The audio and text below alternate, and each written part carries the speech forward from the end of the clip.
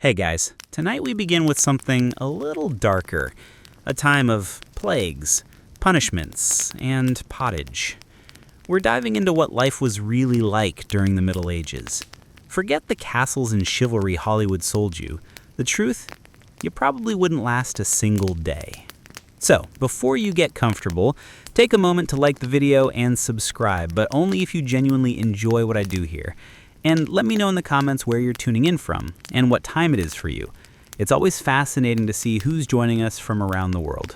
Now, dim the lights, maybe turn on a fan for that soft background hum, and let's ease into tonight's journey together. Congratulations, you've just woken up in the year 1325. The good news? You're alive. The bad news? So are the fleas.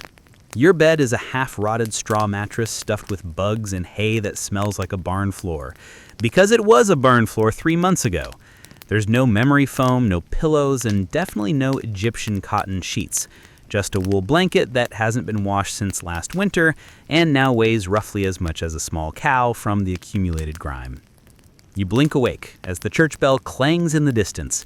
It's the medieval version of an alarm clock, only louder and somehow even less merciful. Your home is a wooden hut with one room, no windows, and a charming open-concept floor plan where your family, livestock, and domestic insects all share the same space. The smell? Oh, it's a fragrant symphony. A subtle blend of stale beer, human sweat, goat, and something you pray isn't mold, but know in your soul probably is. Scented candles haven't been invented, and even if they were, they just melt on your dirt floor. You try to stretch but immediately regret it because the air is freezing and your joints ache. You're 22 years old, which in medieval terms is roughly middle-aged.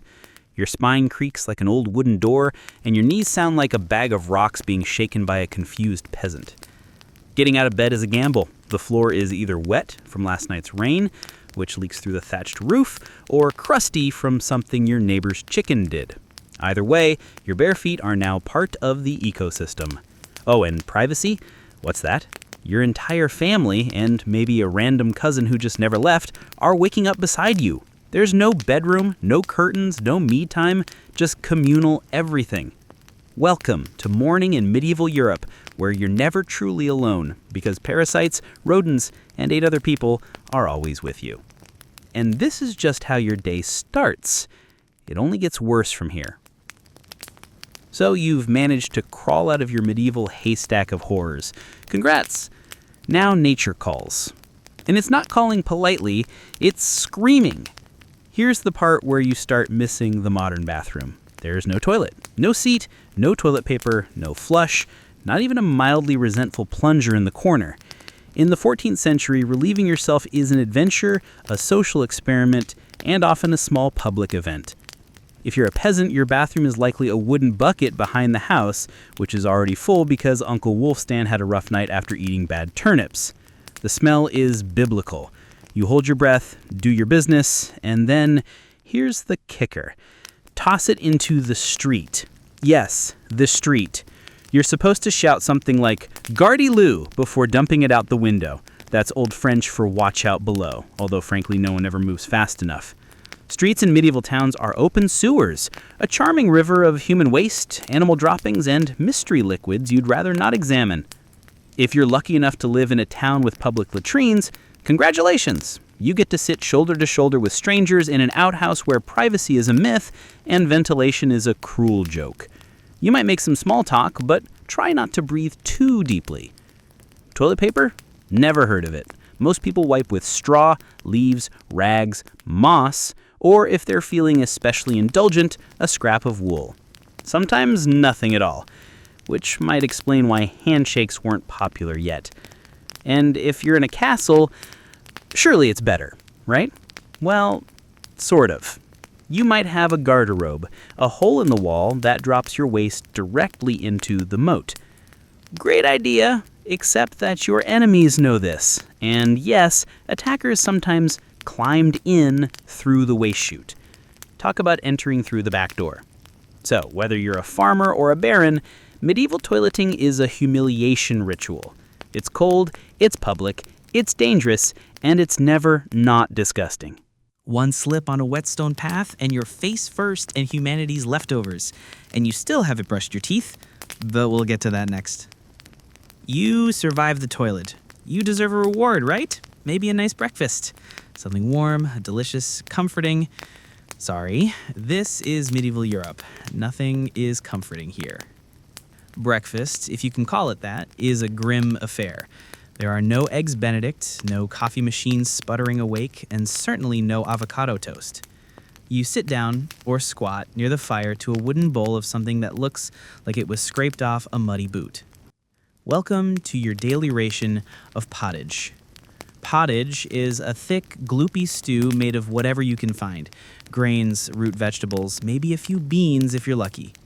It's been simmering in the same pot for days, sometimes weeks, and new ingredients are just dumped on top of the old ones. It's less of a recipe and more of an ongoing edible experiment. On the side, a hunk of bread so hard it could deflect arrows. It's made from coarse rye or barley flour, often bulked up with sawdust, ground up acorns, or other creative ingredients, because wheat is a rich man's fantasy. This loaf is not your friend. You don't slice it, you negotiate with it. What about drinks?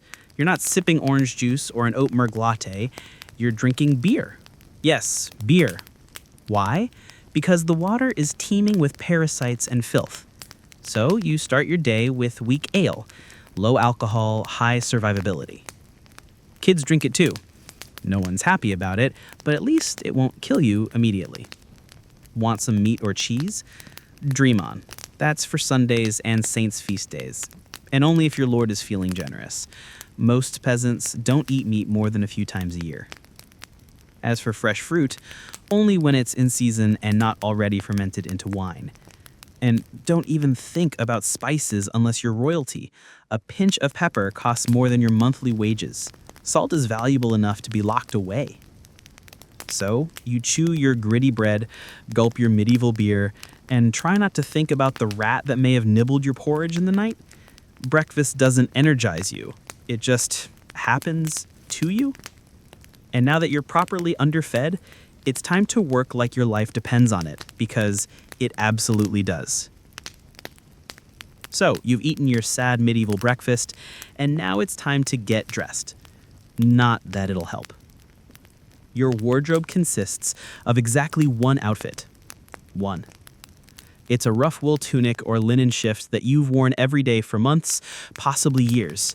There is no such thing as seasonal fashion. There's just wear this until it disintegrates or gives you a fungal infection. Underwear? Optional. If you're lucky, maybe a linen undertunic. If you're not, well, you're going commando under layers of scratchy, sweaty wool, all lovingly stitched together by someone who probably had no idea what a seam was supposed to look like.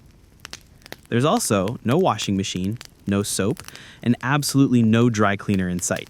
So your clothes are stained, stiff, and smelt like a compost pile that's been left to marinate in a pigsty. Even if you wanted to wash them, it's not easy. You'd have to haul water from a river or well, heat it over a fire, scrub your tunic on a board with ashes or lye, and hang it in the sun, which is out approximately 3 days a year. And don't get me started on shoes. If you own any, they're made of untreated leather, barely stitched together, and offer as much arc support as a banana peel. Most peasants just go barefoot, through mud, through dung, through medieval landmines, aka sharp rocks and disease puddles. All this means one thing. Your skin hates you. You itch constantly. Fleas, lice, and bedbugs live rent-free on your body. Everyone has them. Nobles, lousy monks, itchy children, walking insect farms. No one escapes. You'll be scratching your armpit with a wooden spoon while chatting with the local priest, and no one will even bat an eye. Your skin is raw from rubbing, your scalp a battlefield of bites. And if you develop a rash, well, too bad. There's no dermatologist, no hydrocortisone, no one to tell you it's probably scabies. You just keep on suffering. And if you're lucky enough not to get an infection, great. That rash will simply accompany you for the next 6 months like an unwanted medieval sidekick. Now that you're fully dressed in itches and damp wool, it's time to flash that morning smile. Except you don't. Because in the Middle Ages, smiling is a dangerous game. Not emotionally, dentally. There's no toothbrush, no toothpaste, no mouthwash, no floss. The concept of oral hygiene is about as popular as bathing, which is to say, not very. Some people might chew on a twig or rinse with wine or vinegar, but for the most part, your teeth are on their own. And they're not doing well. By the time you hit your mid-20s, your smile looks like something pulled from a haunted crypt. Cavities are rampant, gums are swollen, and those aren't just food stains on your teeth. That's decay. You have more rot in your mouth than a medieval root cellar. Sugar, while not yet everywhere, is becoming more common among the rich. Imported at great cost, mostly used in small cakes or to show off wealth. If you're a noble, congratulations. You get to rot your teeth faster than the peasants. If you're poor, you'll do it slowly over time with fermented bread, gritty porridge, and years of hard chewing. Toothaches? Get used to them. They're like medieval weather, always there in the background. The kind of pain that makes you consider praying, drinking, or pulling the tooth out yourself with a pair of pliers. And that's not a joke. That was the actual treatment. Dentists didn't really exist, but barber surgeons did. Yes, the same guy who cuts your hair is also pulling your molars out by candlelight with an iron hook and zero anesthesia. Infected tooth? Hope you like fevers, because without antibiotics, it can easily turn into sepsis and kill you from a toothache. That's right, the same thing that sends us to a pharmacy today could be your funeral in the 1300s. And there's no relief on the social front either. Kissing? Good luck. Halitosis, bad breath, is everywhere. If you're single, you're not judged by your smile. You're judged by your land and your livestock. In short, your mouth is a battlefield, and it's losing the war. Now that your teeth are throbbing, let's head outside. Because your real job, the one that will break your back, is just getting started. Time to head to work. Except there's no office, no desk, no coffee break, and no chance of promotion. Your job, if you're like 90% of the population, is simple. Don't die while laboring for someone else's comfort. You're a peasant. Congratulations. That means you work the land that belongs to a lord who probably doesn't remember your name. You rise with the sun and stop only when it disappears behind the trees. Your tools? A wooden hoe, a rusty sickle, and whatever bones are still intact in your body. There's no weekend, there's no clocking out. There's only sunrise to sunset 6 days a week. Sunday is off, but only if you're harvesting, fighting off raiders, or praying feverishly for your infected toe to stop turning black. The work is brutal. Fields are plowed by hand, or with oxen if you're rich enough to afford one. You dig ditches, sow seeds, pull weeds, and carry water until your spine begins to resemble the letter S. No one cares if you're tired. No one's asking how your mental health is doing. If you're a woman, surprise, you don't just do field work. You also care for children, clean, cook, spin wool, feed animals, and pretend your husband's lice infestation isn't slowly migrating to your side of the bed.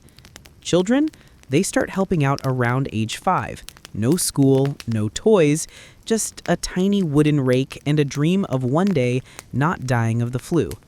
And if you're one of the few who isn't a farmer, maybe you're a blacksmith, a tanner, or a cooper, great. You still work with fire, chemicals, or animal guts all day in poorly ventilated sheds.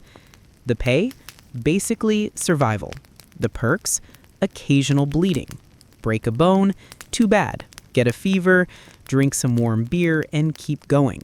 You can't afford to stop, not even for a day. Because if you don't work, you don't eat. And if you don't eat, well, medieval Europe has a solution for that. It's called being replaced.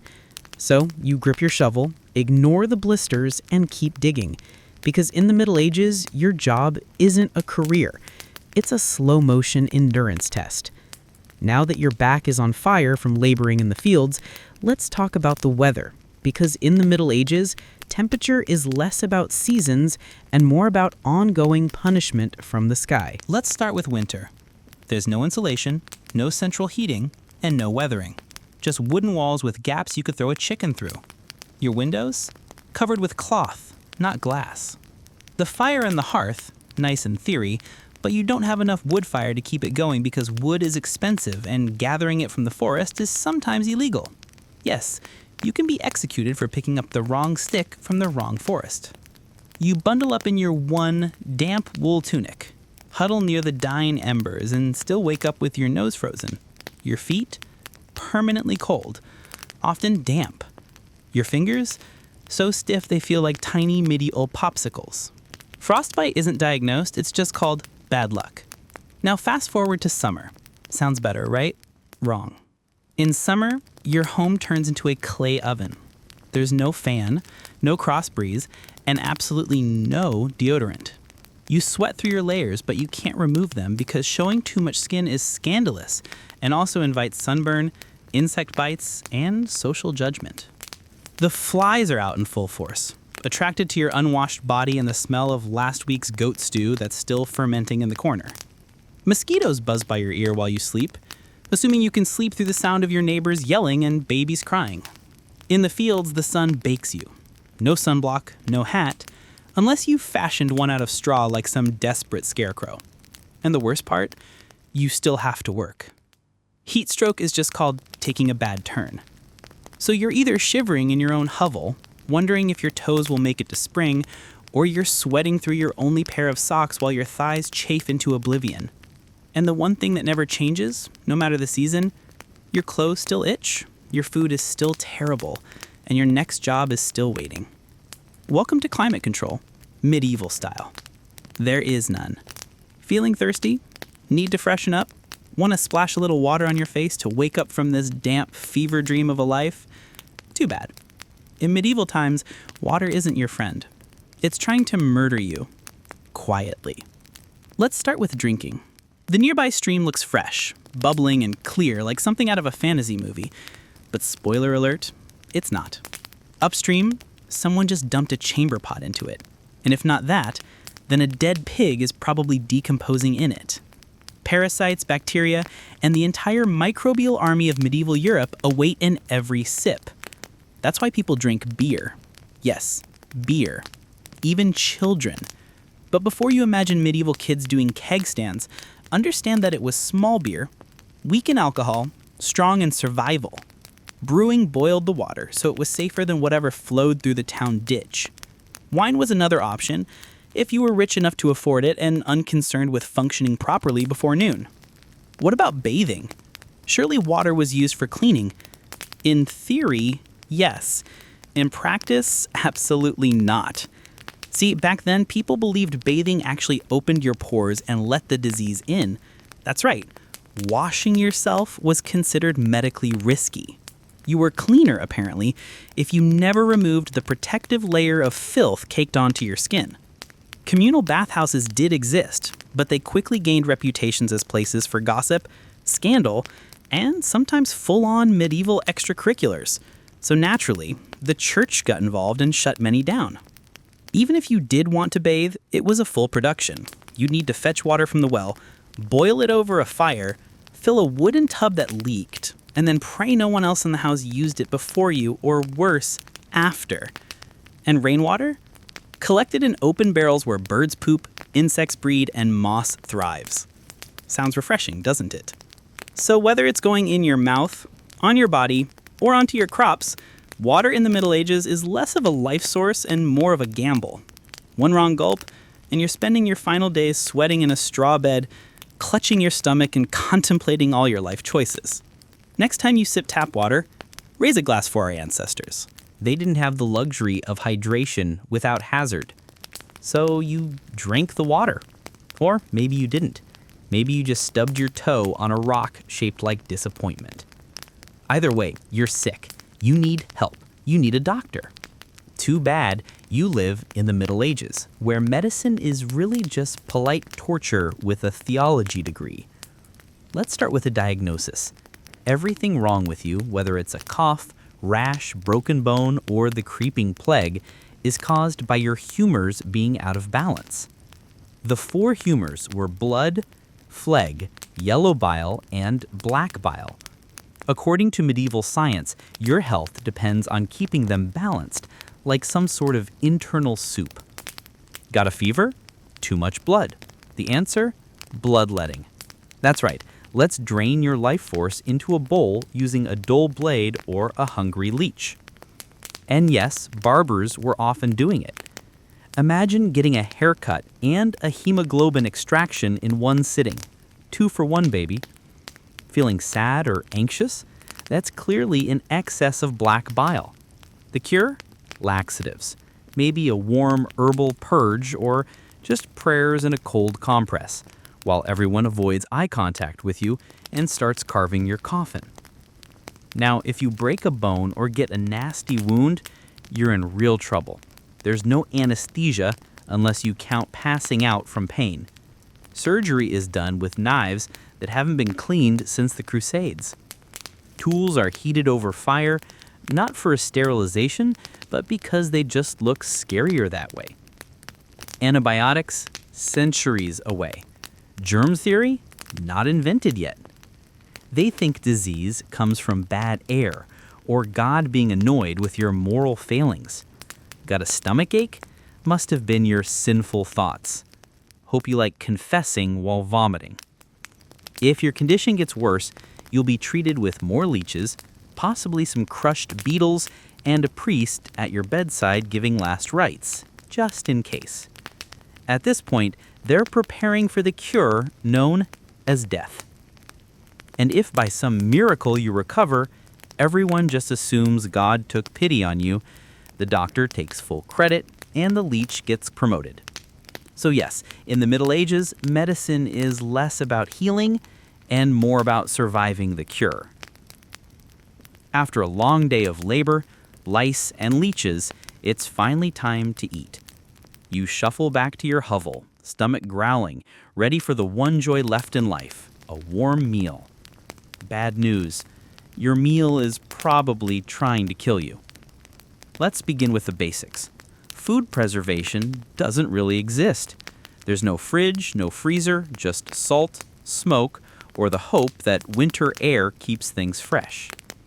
Your meat, if you're lucky enough to have any, has been hanging for days, covered in flies, marinated in questionable brine, and possibly shared with a rat or two. Bread is the cornerstone of the medieval diet, but even that isn't safe. In bad harvest years, desperate peasants bulk it up with bark, sawdust, or even clay to make it stretch. And if it's rye season, there's a bonus: ergot, a fungus that causes convulsions, hallucinations, and sometimes death.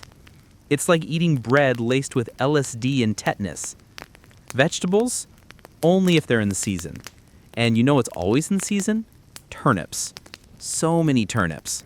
Boiled, mashed, or floating in pottage, which, if you remember from earlier, is basically a hot swamp of mystery ingredients that's been simmering since your great-grandfather's funeral. Fruit might be available in the fall, but it rots quickly, and sugar is rare, expensive, and hoarded by the rich to show off their blackened teeth. Dairy? Another gamble. Fresh milk spoils in hours. Butter and cheese fare better, but they're loaded with bacteria. People eat them anyway because, frankly, it's either that or chew your boot leather. And let's talk about seasoning. Spices like pepper, cinnamon, or nutmeg worth more than gold. For the average peasant, flavor comes from onions, salt if you're lucky, and pain. Most meals taste like wet burlap sprinkled with sadness. But food isn't just a health hazard. It's a political one. Game animals belong to the Lord, not you. Caught poaching a rabbit, you could be fined, imprisoned, or even executed. That's right, your dinner could get you hanged. So as you sit down to eat your gray stew by flickering firelight, remember, every bite is a risk. But you eat anyway, because in the Middle Ages, food doesn't nourish. It tests you. You've worked, suffered, and barely digested your suspicious stew. You might think the day is winding down, but don't get too relaxed, because God is watching. So is the priest. And so is your neighbor Agnes, who will absolutely rat you out if you miss Mass. In medieval Europe, religion isn't just part of life, it is life. The church controls your calendar, your laws, your education, if you can read, your birth, marriage, death, and everything in between. Think of it as your spiritual landlord, and you're always behind on rent. Every day is structured around prayer bells. The town church bell rings in the morning, noon, and night. Not because people need reminders, but because missing prayer is a sin. Forget to bow? Sin. Eat meat on a Friday? Sin. Think about your neighbor's wife and that one dream? Double sin. And yes, hell is very real. Vividly real. Priests describe it in glorious detail. Rivers of fire, lakes of boiling blood, demons with pitchforks, and eternal wailing. If the plague doesn't scare you, eternal damnation definitely will. You can't read the Bible yourself because it's written in Latin, a language reserved for monks, clergy, and that one noble kid who's too good for dirt. You rely on the church to interpret everything for you. That means if the priest says your crop failure is because you didn't pray hard enough, well, time to kneel harder. Tithes, a tenth of everything you own, are mandatory. If you grow wheat, you give wheat. If you raise chickens, you give eggs. If you have nothing, congratulations, you are spiritually bankrupt and financially doomed. Holidays? They're holy days, dozens of them. And while they offer breaks from labor, they're not for fun. They're for attending Mass, fasting, confessing sins, and reminding yourself that joy is a dangerous indulgence. Questioning the church is dangerous. Heretics are burned, witches are drowned, blasphemers are flogged, and skeptics are quickly reformed. So you go through the motions. You chant, you bow, you pray that your soul, after enduring this dirt-covered life, might finally land in paradise, assuming the priest likes you. Because in the Middle Ages, God may be merciful, but the church, not so much. If you thought being a medieval peasant was rough, try doing it as a woman. All the filth, famine, and fear, plus childbirth, subservience, and social invisibility. In the Middle Ages, being a woman is like playing life on hard mode, with no health potions and no restart button. From birth, a girl's life path is pretty much locked in. Marry young, bear children, serve your husband, die tired. Education? Not likely. Unless you're from a noble family and sent to a convent, your intellectual development stops around the time you learn how to churn butter and patch a tunic. Marriage happens early. Really early. It's not weird to be betrothed at 12 and pregnant by 14. It's not about love, it's about land, livestock, and alliances. Your opinion? Not required. Once married, you're basically your husband's property. Your job is to produce heirs, feed everyone, keep the house running, and not complain. Because complaining might get you branded a nag, or worse, a witch. That label comes with a complimentary drowning or burning, depending on local fashion. Childbirth is a death lottery. There's no prenatal care, no sterile tools, no anesthesia. Midwives do their best, but even minor complications can mean death for the mother, the child, or both. Some women survive 10 pregnancies. Many don't survive 2. But don't worry, once the baby's out, your work increases. Now you have a screaming infant in a lice-ridden hut, and you're expected to nurse, cook, clean, and still help in the fields. You don't get a break. You are the break for everyone else. If you're unmarried, you're suspicious. If you're widowed, you're vulnerable. If you're outspoken, you're dangerous. Women who didn't conform were often accused of witchcraft, especially if they had herbal knowledge, a strong personality, or just looked at someone funny on a rainy Tuesday. Even in the church, your role is limited.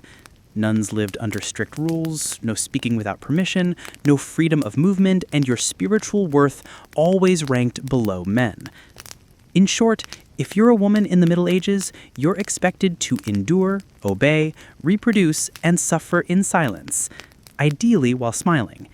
Because even in a time of universal suffering, women were somehow expected to suffer gracefully. So far, you've battled filth, starvation, social injustice, and possibly a goat.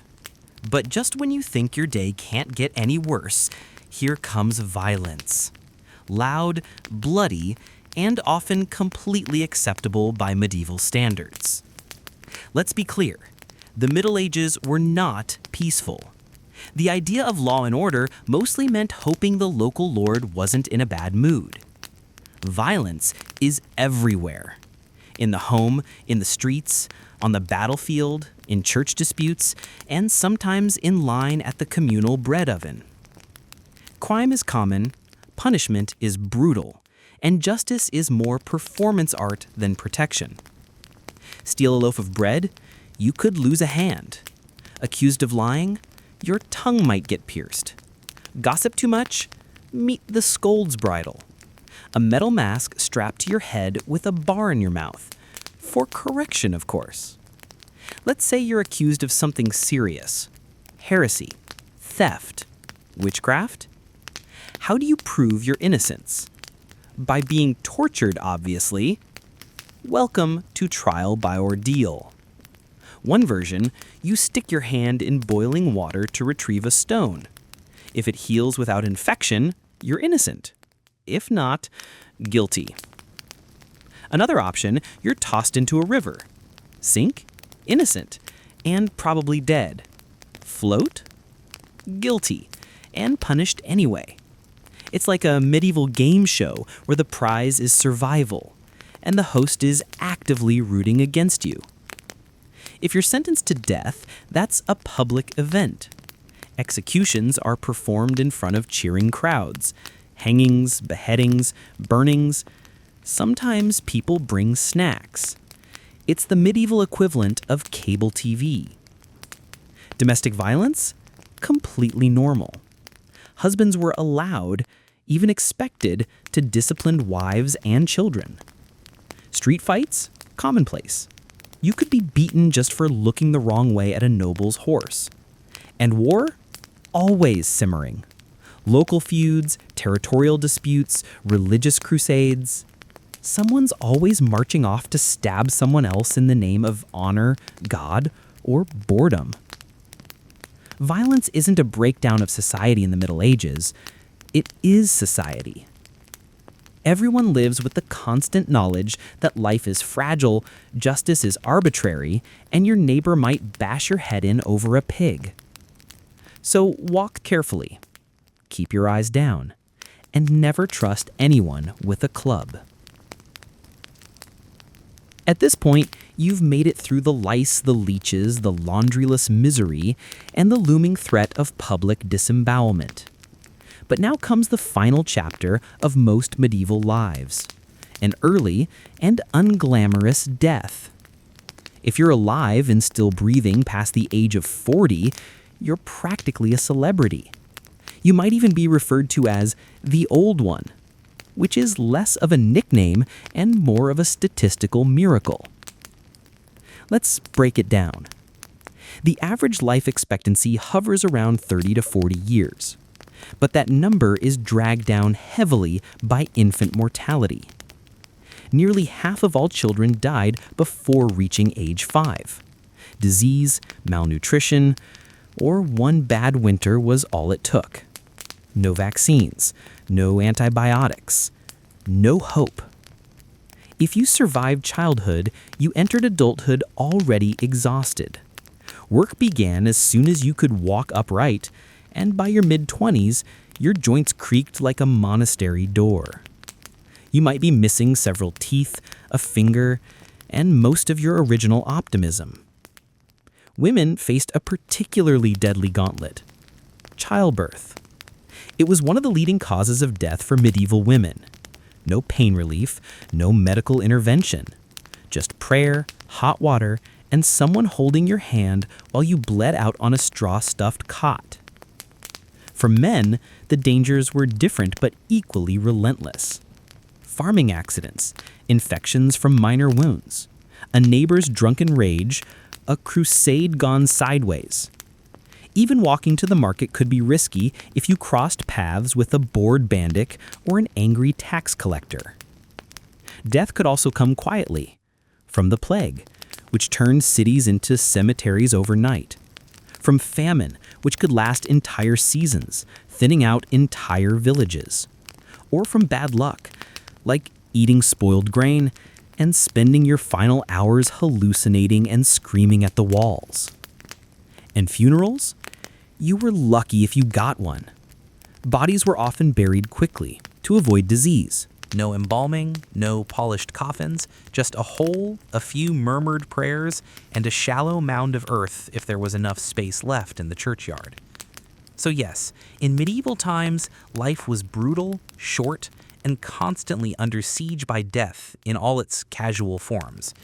You didn't retire, you just stopped showing up.